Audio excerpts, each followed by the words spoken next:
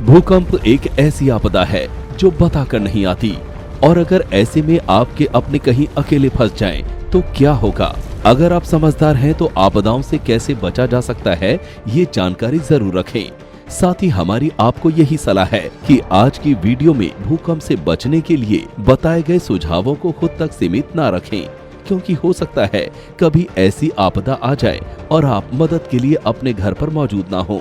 तो इसलिए इन बातों को और वीडियो को अपने बच्चों, बड़ों और बुजुर्गों सभी को दिखाएं, जिससे वो मुसीबतों से निपटने के लिए किसी का भी इंतजार ना करें। आपदाएं कभी भी कहीं भी आ सकती हैं, कभी कभी संकेत देकर और कभी कभी तो अचानक बिना किसी संकेत सीधे हमारे दरवाजे पर दस्तक देती हैं, और तब हम पूरी तरह अपने होशो आवाज खो देते हैं। बिन बताए आने वाली आपदाओं में से एक है भूकंप, जो सीधे धावा बोलता है और पलक झपकते ही सब खत्म हो जाता है। सामने कुछ होता है तो बस तबाही।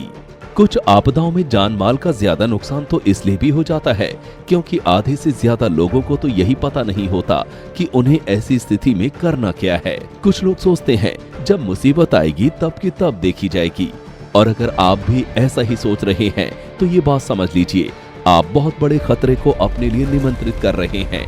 क्योंकि जब सामने मौत खड़ी होती है तो अच्छों की डर से सांस फूल रही होती है। हमारी थोड़ी सी सतर्कता कई लोगों की जान बचा सकती है।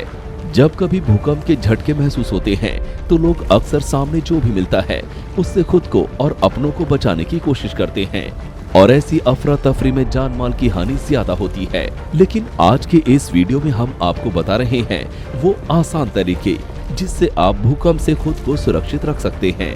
अगर आप किसी मकान, दफ्तर या किसी भी इमारत में मौजूद हैं, तो जितनी जल्दी हो सके वहां से बाहर निकलकर खुले में आ जाएं।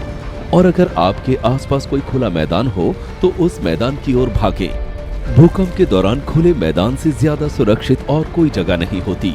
ध्यान रखें, किसी भी बिल्डिंग के आसपास खड़े ना हो, और अगर आप किसी ऊंची या ऐसी बिल्डिंग में हैं जहां लिफ्ट हो तो लिफ्ट का इस्तेमाल भूल कर भी ना करें।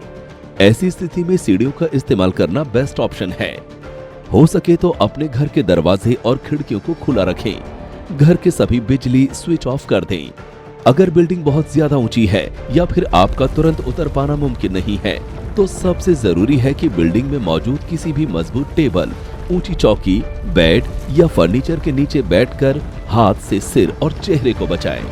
भूकंप और भूकंप से होने वाले नुकसान को रोक पाना तो हमारे हाथों में नहीं है, लेकिन थोड़ी बहुत समझदारी दिखाकर हम अपनी और अपनों की जान जरूर बचा सकते हैं। अगर हम इस बात को मान लें कि मुसीबत कभी भी आ सकती है, साथ ही उसका सामना करने के लिए हम तैयार रहें। हमारा मतलब है कि हमें कम से कम कुछ जरूरी और बुनियादी बातें तो पता ही होनी चाहिए, जिससे हम अपना और अपने आसपास के लोगों का बचाव कर सकें।